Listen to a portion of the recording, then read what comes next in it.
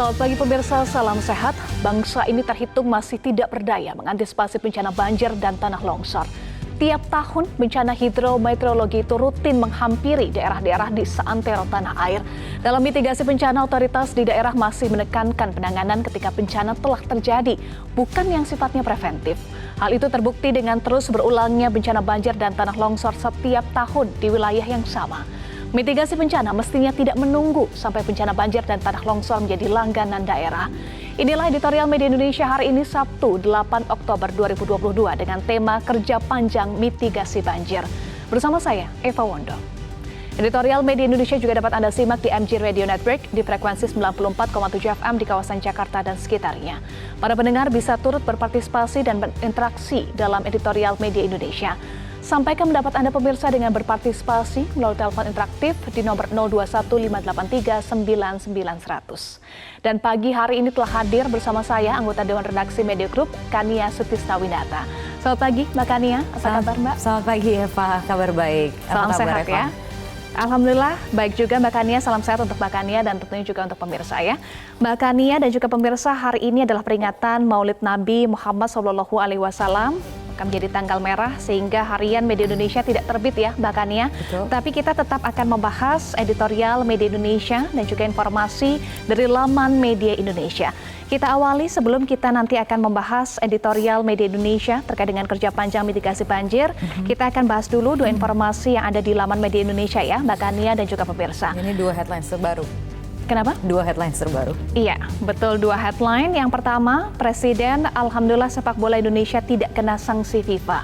Ini pernyataan dari Presiden Joko Widodo semalam ya, Mbak Kania? Iya, betul. Ini tentunya kabar gembira.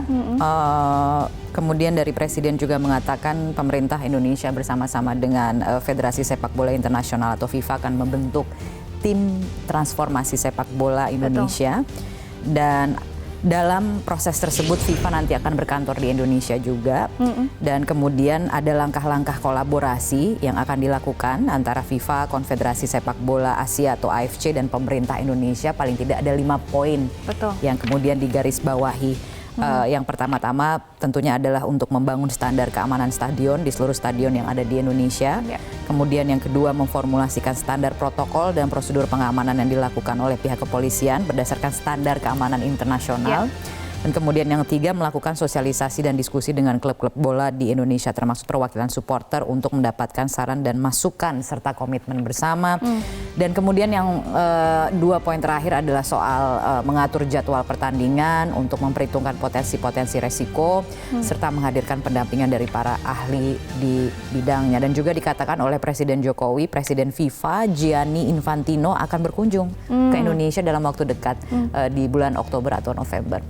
Ya, ini adalah transformasi yang akan dilakukan bersama Indonesia dengan FIFA dan pihak terkait. Tentu kita dukung bersama ya Mbak Kania sesuai dengan apa yang disampaikan Presiden Joko Widodo beberapa waktu lalu. Evaluasi total di sepak bola Indonesia harus segera dilakukan. Ya, dan diharapkan akan membawa perbaikan. Betul. Baik, kita harapkan bersama. Itu adalah headline yang pertama Mbak Kania. Berikutnya kita bahas headline yang kedua yang masih juga akan berkaitan dengan editorial Media Indonesia hari ini. Indonesia waspada cuaca buruk. Ini kita lihat ya, salah satunya di DKI Jakarta ya Mbak Kania, tetapi hampir bisa dikatakan bahwa hampir seluruh wilayah Indonesia mengalami cuaca buruk ya. Tadi kita sudah mendengarkan bersama-sama juga ada informasi terbarunya ya yang disampaikan di Metro Pagi. Tadi ada wawancaranya yang kemudian tadi kita lihat juga diulang kembali di headline news baru beberapa saat yang lalu yang mengatakan bahwa yang memang perlu diwaspadai paling tidak tanggal 8 sampai dengan 9 Oktober ini dikatakan sebagian besar wilayah Indonesia itu akan mengalami potensi hujan lebat yaitu di atas 50 mm per hari begitu. Nah, ini tentunya sesuatu yang harus kita waspadai bersama-sama. Paling tidak di DKI Jakarta, di tempat kita sekarang ini di Jakarta Barat itu termasuk salah satu titik yang dikatakan berpotensi untuk mengalami cuaca ekstrim. Nah, biasanya kan ada buntutnya begitu ya, cuaca ekstrim itu nanti ada potensi banjir dan lain sebagainya. Bahkan genangan banjir sampai dengan sekarang masih melanda beberapa wilayah di Indonesia. Betul Mbak Kania. Sesuai juga yang disampaikan oleh BMKG bahwa potensi hujan deras, hujan dengan intensitas tinggi masih akan terjadi hingga Januari tahun 2023. Dan betul seperti yang Mbak Kania sampaikan, antisipasi menjadi sangat penting ya, apalagi menghadapi atau potensi bencana hidrometeorologi ini menjadi ancaman ya Mbak Kania di sebagian besar wilayah Indonesia. Betul sekali, dan kepada masyarakat untuk mengantisipasi, dikatakan tadi untuk siaga dan bersiap-siap.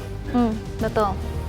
Dan ini juga sesuai apa yang disampaikan oleh editorial Media Indonesia hari ini soal antisipasi dan juga mitigasi. Tetapi PR-nya Mbak Kania ternyata sudah kerja panjang mitigasi banjir, kita tidak belajar juga Mbak Kania. Tidak belajar, ya itu yang kemudian ingin kita soroti juga, kembali menyoroti bencana yang diakibatkan oleh cuaca ekstrim. Jadi bukan cuaca ekstrimnya tapi bencana yang diakibatkan, yang salah satu dampak terbanyaknya itu ada datanya, begitu yang nanti mungkin kita bisa keluarkan, itu adalah banjir akibat curah hujan tinggi. Betul. Yang tentunya tidak biasa-biasa begitu yang namanya ekstrim pasti kan tidak dalam kondisi normal. Nah, hampir setiap tahun kondisi seperti ini mengakibatkan jatuhnya korban jiwa. Betul. Begitu ya. Ini juga berdasarkan data BNPB seperti yang terjadi di tahun lalu. Nah, untuk tahun ini pun tadi kita sudah dengarkan BMKG pun sudah berulang kali memberikan peringatan untuk mewaspadai cuaca ekstrim pada peralihan di bulan September dan Oktober ini. Kemudian juga tadi dikatakan bahwa puncak musim hujan itu akan terjadi di awal tahun depan. Betul. Gitu, di bulan Januari. Dan memang dalam beberapa hari ini saja kita juga sudah mendengar gitu kan ada bencana banjir yang menerjang Sulawesi Barat, Aceh, Bengkulu, apalagi di Jabodetabek juga terjadi. Kemudian ada juga korban jiwa yang kembali jatuh di Aceh, Bengkulu, dan di DKI Jakarta.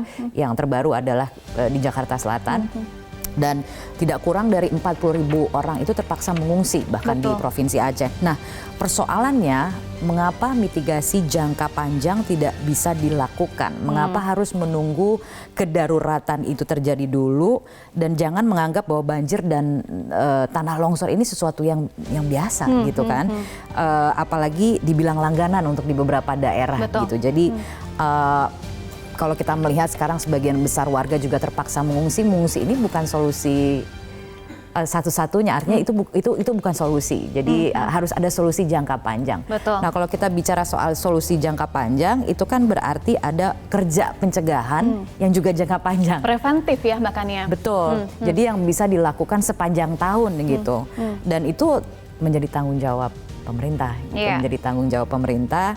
Jadi mungkin ke depannya untuk lebih jangka panjangnya lagi, visi besarnya lagi adalah bagaimana kita memperhatikan aspek ekologi dalam pembangunan misalnya. Karena tidak dapat dipungkiri pembangunan yang tidak ramah lingkungan ini bisa mengakibatkan bencana, kerusakan yang efeknya tidak dapat disepelekan. Baik, nanti kita akan bahas juga terkait dengan hal itu Mbak Kania. Mungkin bukan hanya pertanyaan kita, pertanyaan Mbak Kania dan juga saya, tetapi juga pertanyaan pemirsa, mengapa mitigasi jangka panjang belum juga dilakukan? Mengapa kita tidak belajar hingga saat ini? Inilah editorial Media Indonesia pemirsa, kerja panjang mitigasi banjir. Pemirsa, terima kasih Anda kembali bersama kami di editorial Media Indonesia. Saat ini kita telah terhubung melalui sambungan telepon dengan manajer kampanye pangan, air, dan ekosistem esensial Walhi, Wahyu Perdana. Selamat pagi Pak Wahyu, salam sehat Pak. Selamat pagi, sehat. Baik, Pak Wahyu, apakah cuaca ekstrim belakangan ini menjadi penyebab tunggal bencana alam menjadi kian destruktif, atau ada temuan lain, Pak, dari Walhi soal penyebab? Nah, menyebut bencana alam saat ini, khususnya banjir, tapi kami lebih senang menyebutnya ini bencana ekonomi. Karena faktor-faktor manusianya ada perubahan tutupan lahan. Saat ini begitu, secara umum daratan di Indonesia perubahan konsesi yang cukup tinggi, 61,4%. Terjadi perubahan tutupan lahan di konsesi, sehingga faktor-faktor itu meningkatkan resiko banjir. Termasuk juga di seputar kota-kota besar yang saat ini, bukan hanya kota besar ya, Aceh Utara kemarin juga baru banjir. Nah, yang kedua, penting diingat, perubahan cuaca ekstrim itu didorong oleh perubahan iklim yang disumbang banyak sekali dari perubahan tutupan lahan yang menyumbang emisi cukup besar.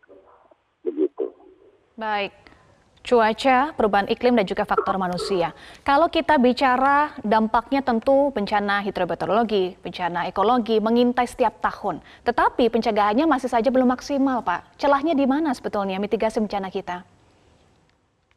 Kami melihatnya justru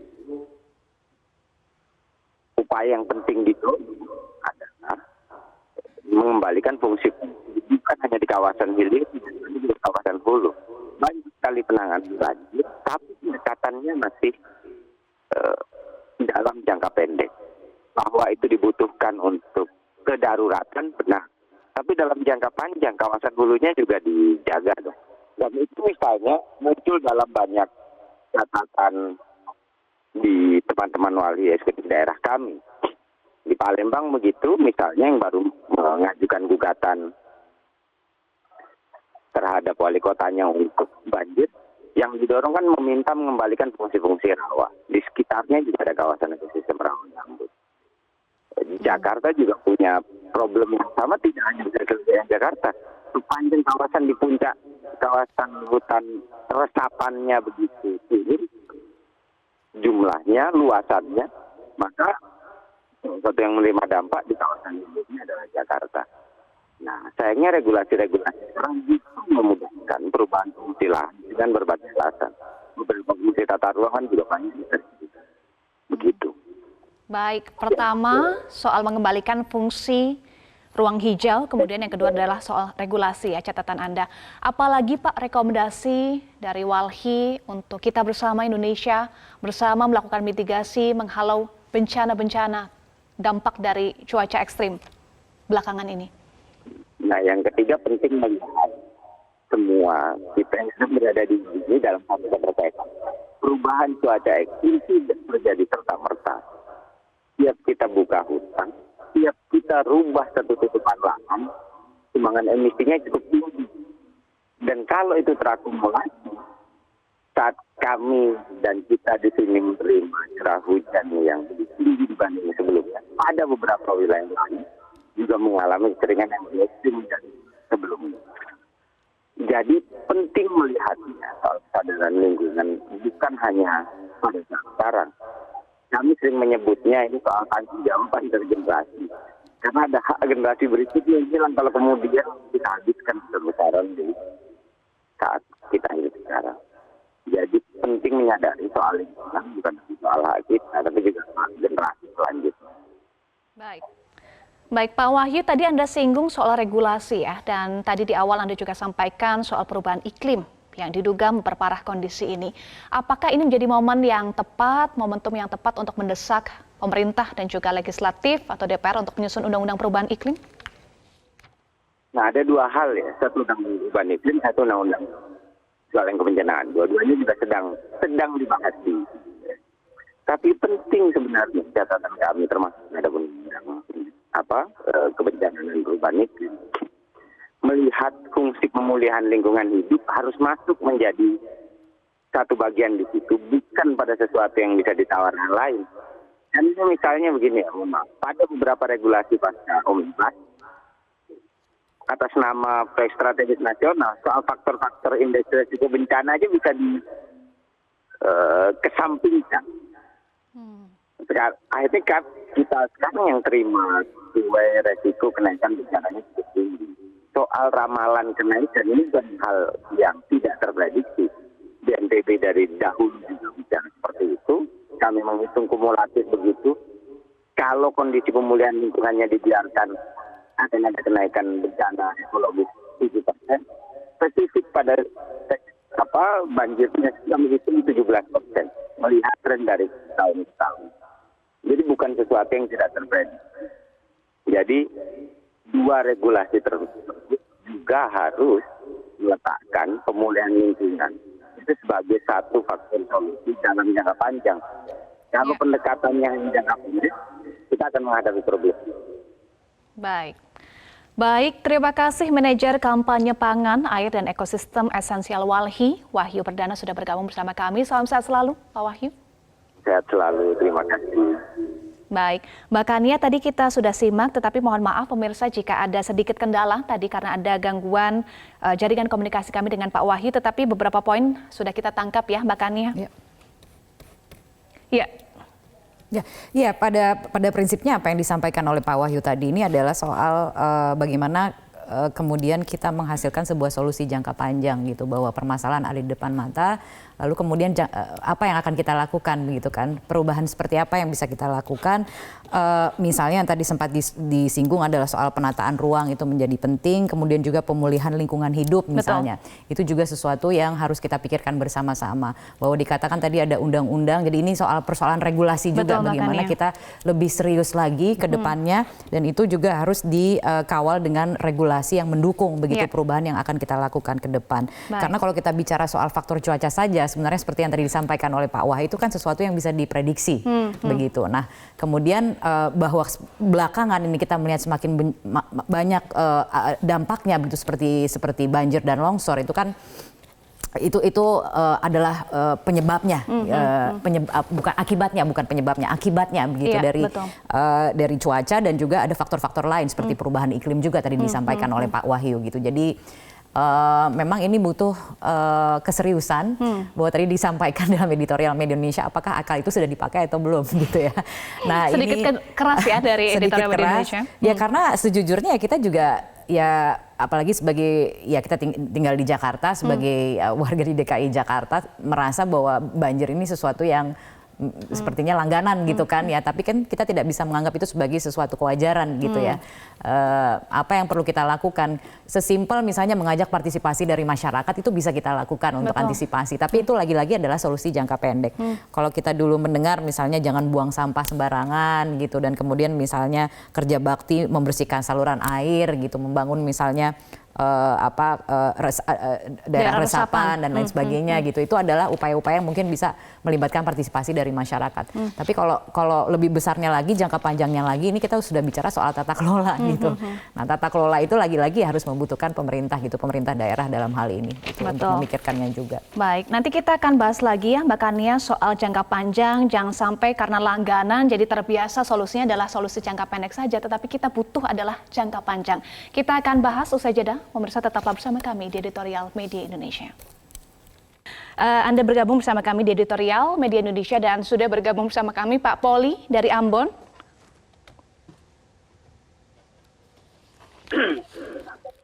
Ya Pak Poli, selamat pagi, silakan. Pagi Mbak Tania. Selamat pagi Pak Poli. Halo.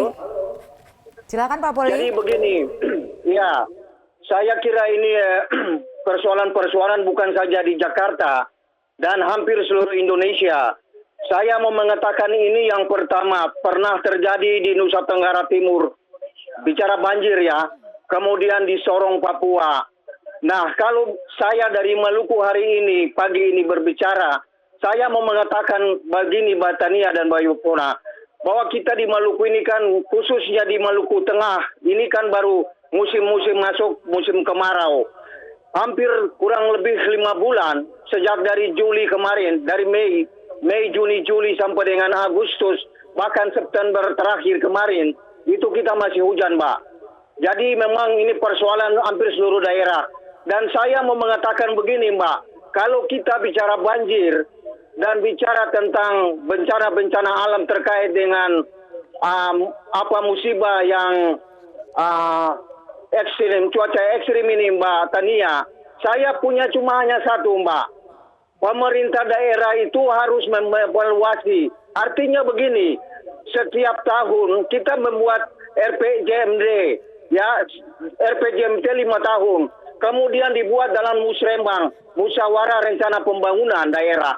Nah, musyawarah pembangunan rencana daerah itu harus memitigasi daerah-daerah mana saja yang menjadi langganan bencana setiap tahun, Mbak. Oleh sebab itu, di dalam perencanaan daerah itu kan dipetakan daerah mana saja yang menjadi banjir, katakan di perbukitan, di daerah area sungai. Nah, itu tidak boleh dibangun rumah atau alih fungsi lahan, tidak boleh ada, Mbak. Nah, itu masuk dalam RPJMD itu. Jadi 5 tahun itu dibuat dalam musrembang, Mbak. Ini kelemahan kita, supaya jangan terjadi hal-hal yang ketika musim hujan, cuaca ekstrim seperti begini, terjadilah banjir. Apa yang terjadi? Anggaran membengkak karena persoalan-persoalan ini, Mbak. Jadi itu yang bilang perlu diatur dengan perda lah, Mbak Tania, supaya memperkuat regulasi yang dibuat oleh pemerintah daerah. Saya kira itu yang mungkin saya bicarakan di pagi ini. Ada bus Rembang itu yang di backup dengan RPJMD pemerintah daerah 5 tahunan itu, Mbak. Supaya bagaimanapun juga persoalan-persoalan bencana alam itu bisa dikurangi, dimitigasi, dieliminir begitu, Mbak. Baik. Demikian Mbak, saya dari Ambon, Maluku. Ini kan kami baru selesai dengan musibah banjir ini, Mbak. Demikian, terima kasih Mbak. Selamat pagi Metro. Selamat pagi, terima kasih Pak Poli dari Ambon. Berikutnya Ibu Indra dari Cirebon, Jawa Barat. Selamat pagi Ibu Indra, salam sehat Bu. Selamat pagi Mbak Eva Wondo dan Mbak Tania Sutistawirata. Waduh, Assalamualaikum warahmatullahi wabarakatuh Metro TV. Waalaikumsalam warahmatullahi wabarakatuh. Miris sekali mendengar jutaan penduduk Indonesia kaya dan mayoritas tak bisa direlokasi ke tempat aman. Membayangkannya saja sudah berdiri bulu kuduk Mbak Eva. Nah, tadi media sudah mengulas bahwa mencegah bencana itu ada sistem pencegahan dini, ada mitigasi, dan ada kesiapsiagaan. Nah, ini yang menarik ini. Kerja panjang ya. Kesiapsiagaan ini memang panjang waktunya dan dilakukan sebelum terjadi. Di Cirebon sendiri pernah ada banjir besar ketika Sungai Cisanggarung bobol tanggulnya. Nah, waktu Ibu tanyakan kepada yang berwenang, loh kan sudah tahu nih hujan bakal melebihi kapasitas dan ini tanggul sudah membuat khawatir. Kenapa tidak segera dibangun untuk menyelamatkan? Nah, ini kepala daerah ini Mbak Eva itu punya ketakutan dalam menggunakan APBD. Presiden Jokowi saja kan sering ini bagaimana? Baru sekian persen yang digunakan kemana yang lain. Mereka dibayang-bayangi ketakutan, kesalahan untuk menyalahi aturan. Kata saya, itu bangun aja tanggul, nggak bisa. Kita harus tunggu izin dari yang berwenang. Nanti kita yang disalahkan, dikatakan korupsi dan sebagainya. Jadi mungkin untuk itu wakil rakyat ini di DPR coba kalau mengajukan RUU itu buat yang bikin kepala daerah ini bisa mengambil tindakan pasti tanpa ditakuti bayangan kesalahan menggunakan anggaran. Mungkin itu yang bisa Bu Indra sampaikan untuk kesiapsiagaan, persiapan jangka panjang, Mbak Eva. Terima kasih. Assalamualaikum warahmatullahi wabarakatuh. Waalaikumsalam warahmatullahi wabarakatuh. Terima kasih Ibu Indra dari Cirebon, Jawa Barat. Berikutnya Pak Ondo Selitonga dari Bekasi, Jawa Barat. Selamat pagi Pak Ondo, salam sehat Pak. Salam sehat Bu Eva. Pak Ondo. Memitigasi banjir nih judulnya ya. Kita itu harusnya, terutama Jakarta ya, itu harusnya tidak perlu lagi berpikir atau berkata memitigasi. Harusnya sudah ahli, udah berpuluh tahun, udah beberapa kali ganti kepala daerah. Masa iya nggak dapat sih caranya? Berarti kita ini bodoh apa gimana ya? Harusnya kita udah jadi ahli menjadi negara atau daerah. Jakarta itu jadi daerah yang harus ditanyai oleh daerah lain atau negara lain. Bagaimana cara mengatasi? Ini kita masih cari.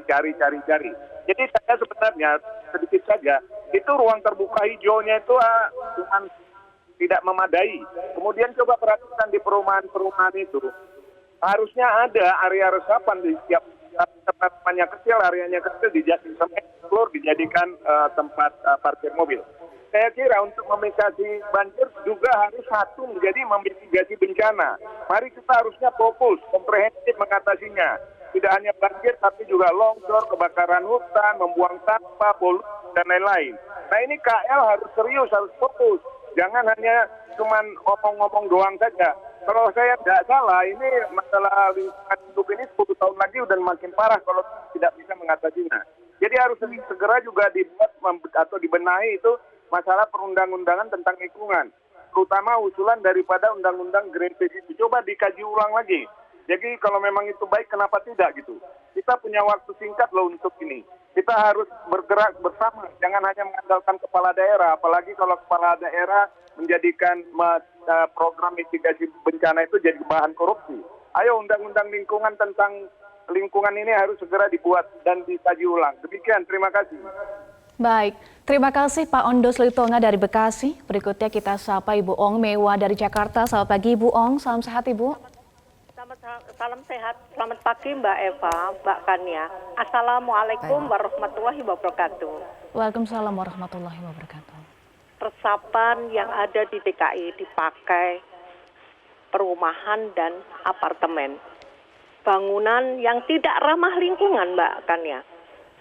Sehingga resapan itu sekarang kecil, tidak menampung curah hujan. Iklim yang ekstrim menimpa kita. Berapa hari yang lalu, anak madrasah menjadi korban karena curah hujan yang lebat. Sehingga siswa kelas 8 meninggal dunia. Innalillahi wa innalillahi raji'un. Untuk kedepannya, Mbak Eva, sungai juga harus dipelihara. Jadi tidak saatnya hujan baru dikeruk. Lalu masyarakat juga harus antusias, tidak boleh buang sampah di sungai. Itu menyebabkan banjir dan sampah tidak dibuang di sembarangan, Mbak Kania. Nah inilah saatnya lingkungan hidup juga menata bagaimana resapan ini agar berfungsi dengan baik. Terutama sekarang Gubernur DKI akan habis masa jabatannya. Lalu disuguhin dengan cuaca ekstrim. Bagaimana Mbak? Masyarakat kita yang mengungsi, banyak anak-anak yang terlantar dan sebagainya. Inilah Mbak Kania. Agar nanti ke depannya sudah tahu cuaca ekstrim, pemerintah daerah harus siap-siap. Pompa air itu harus siap berfungsi seperti zamannya gubernur yang terdahulu. Jadi waspada, jangan sampai kiriman dari puncak yang menimpa DKI. Itulah baik. Mbak. Ya. Terima kasih. Baik. Assalamualaikum warahmatullahi wabarakatuh. Waalaikumsalam warahmatullahi wabarakatuh. Terima kasih Ibu Ong Mewa dari Jakarta. Mbak Kania, tadi pemirsa menyayangkan ya, kenapa mitigasi yang seharusnya itu sudah dari awal harusnya sudah ahli. Mengapa mitigasi belum juga dilakukan, apalagi mitigasi jangka panjang? Harusnya sudah ada sistem pencegahan, kemudian mitigasi dan juga kesiapsiagaan. Betul. Tadi itu ada pernyataan dari Pak Ondo ya, masa tidak bisa menemukan caranya begitu ya, sudah sekian lama. Dan tadi Pak Poli mengatakan bahwa ini hampir rata di seluruh Indonesia, bukan hanya di DKI Jakarta, memang betul begitu ya. Dan tadi juga disampaikan soal bagaimana sih jangka panjangnya, ada soal anggaran juga tadi disebut-sebut dan lain sebagainya. Pada prinsipnya kami melihatnya ya memang harus dilakukan perubahan segera, fokus paling tidak seperti yang disampaikan oleh Pak Ondo tadi, ketika kita melihat dan mempercayai perubahan iklim itu terjadi dan mengakibatkan intensitas cuaca ekstrim juga semakin sering, semakin meningkat dan akhirnya bisa menimbulkan bencana alam seperti banjir dan longsor, lalu mitigasinya itu akan dibuat seperti apa begitu. Tadi sempat disampaikan mengapa tidak bisa dipetakan misalnya daerah-daerah yang memang langganan begitu atau daerah-daerah yang rawan banjir begitu. Kemudian dipikirkan seperti apa tata kelolanya ke depan begitu, termasuk juga soal pembangunan gitu. Pembangunan hijau itu kan sekarang adalah isu yang semakin sering digaungkan gitu, dan bahwa ya memang kita tidak bisa lagi mengabaikan faktor lingkungan, begitu faktor ekologi ketika kita melakukan pembangunan gitu, terutama pembangunan yang hanya menitik beratkan pada pertumbuhan ekonomi tapi tidak memperhatikan aspek lingkungan begitu. Itu adalah hal-hal yang semakin sering digaungkan akhir-akhir ini. Kemudian tadi kalau sempat juga disinggung oleh narasumber dari Walhi mengatakan bahwa soal dampak perubahan iklim ini kan yang juga menyebabkan mengapa cuaca ekstrim itu juga semakin sering terjadi begitu. Nah, ini kan meningkatkan resiko berbagai macam, sebenarnya ada resiko kekeringan juga, ada perubahan pola hujan, ada intensitas cuaca ekstrim yang juga semakin meningkat gitu. Nah, ketika itu kemudian bisa diketahui dan diprediksi sebelumnya, harusnya mitigasinya juga bisa dilakukan secara jangka panjang. Ada beberapa hal tadi yang juga sempat disinggung oleh para penelpon, misalnya bagaimana dengan misalnya memperbanyak penampungan, tempat serapan air, kemudian juga merawat saluran air, tidak membuang sampah sembarangan, itu adalah hal-hal yang bisa dilakukan. Kemudian juga soal itu tata kelola ya, sebenarnya juga dulu kita sempat mendengar misalnya pengerukan sungai, pembangunan waduk misalnya, itu kan mungkin butuh perencanaan jangka panjang, butuh anggaran juga gitu.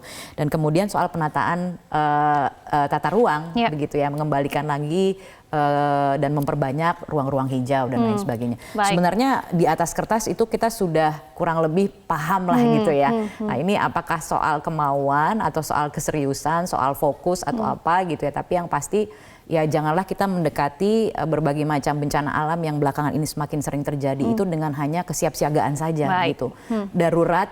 Kedaruratan kita baru kemudian melakukan sesuatu gitu, tapi bagaimana mitigasinya itu bisa lebih jangka panjang, lebih holistik gitu. Pendekatannya begitu banyak sebenarnya.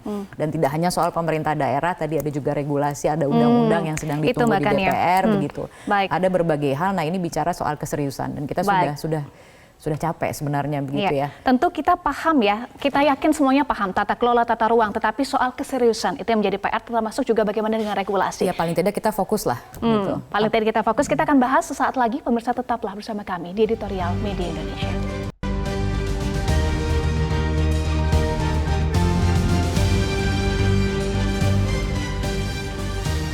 Terima kasih Anda masih bersama kami di Editorial Media Indonesia, pemirsa dan juga Mbak Kania. Tentu yang sekarang harus dilakukan adalah kewaspadaan, baik oleh pemerintah maupun masyarakat itu sendiri ya. Betul. Paling tidak kita sudah mendengarkan peringatan dari BMKG, kemudian dari BPPD juga mengatakan ada beberapa titik yang saat ini juga masih mengalami banjir dan lain sebagainya. Kalau kita bicara mengenai penanganan jangka pendeknya, itu yang harus kita lakukan. Nah, kita bicara sekarang soal penanganan jangka panjangnya itu seperti apa begitu. Termasuk juga bagaimana memulihkan kembali, karena ini kan hubungan sebab akibat gitu ya. Terjadi karena misalnya ada ya dari Wahli juga mengatakan bahwa misalnya faktor cuaca itu bukan faktor tunggal terjadinya bencana alam gitu. Ada juga faktor kerusakan lingkungan. Nah, kalau kita bicara kerusakan lingkungan, bagaimana kemudian memulihkan? Nah, memulihkan ini kan butuh jangka panjang. Karena dikatakan juga bahwa perubahan cuaca atau perubahan iklim itu tidak serta-merta terjadi gitu. Ini terjadinya selama bertahun-tahun. Apakah selama bertahun-tahun itu kemudian kita tidak menggunakan akal kita untuk mencari solusi yang komprehensif dan benar-benar solutif begitu ya, kurang lebih seperti itu untuk mengatasi sejumlah kerusakan yang sudah dialami oleh bumi saat ini begitu ya. Tentu pemulihan jangka panjang membutuhkan semua pihak ya Mbak Kania, semua pihak harus bersama untuk bersama-sama melakukan pemulihan secara panjang untuk mencegah hal ini kembali terjadi. Iya betul, termasuk juga visi ke depan untuk pembangunan ekonominya akan seperti apa, visi ke depan pembangunan ekonominya apakah akan lebih memperhatikan aspek lingkungan atau tidak, melestarikan lingkungan dan lain sebagainya begitu. Itu adalah itu levelnya itu dari level pemerintahan baik itu pusat, daerah dan juga termasuk juga DPR begitu ya untuk memikirkan soal itu. Ada regulasi yang sedang ditunggu, undang-undang perubahan iklim gitu. Nah, itu adalah hal-hal yang harus dimulai dari sekarang begitu karena kita bicara mitigasi jangka panjangnya. Iya, gitu. Termasuk juga jangan sampai setelah kejadian baru dikeluarkan anggarannya, tetapi yang paling penting adalah preventifnya itu Mbak Kania. Betul. Jangan-jangan anggaran untuk preventif itu lebih kecil daripada anggaran untuk menangani bencananya begitu ya. Jadi jangan-jangan tuh anggaran bisa lebih hemat begitu kita bicara soal preventif gitu, bukan soal kerusakannya, bagaimana mengatasi kerusakannya gitu.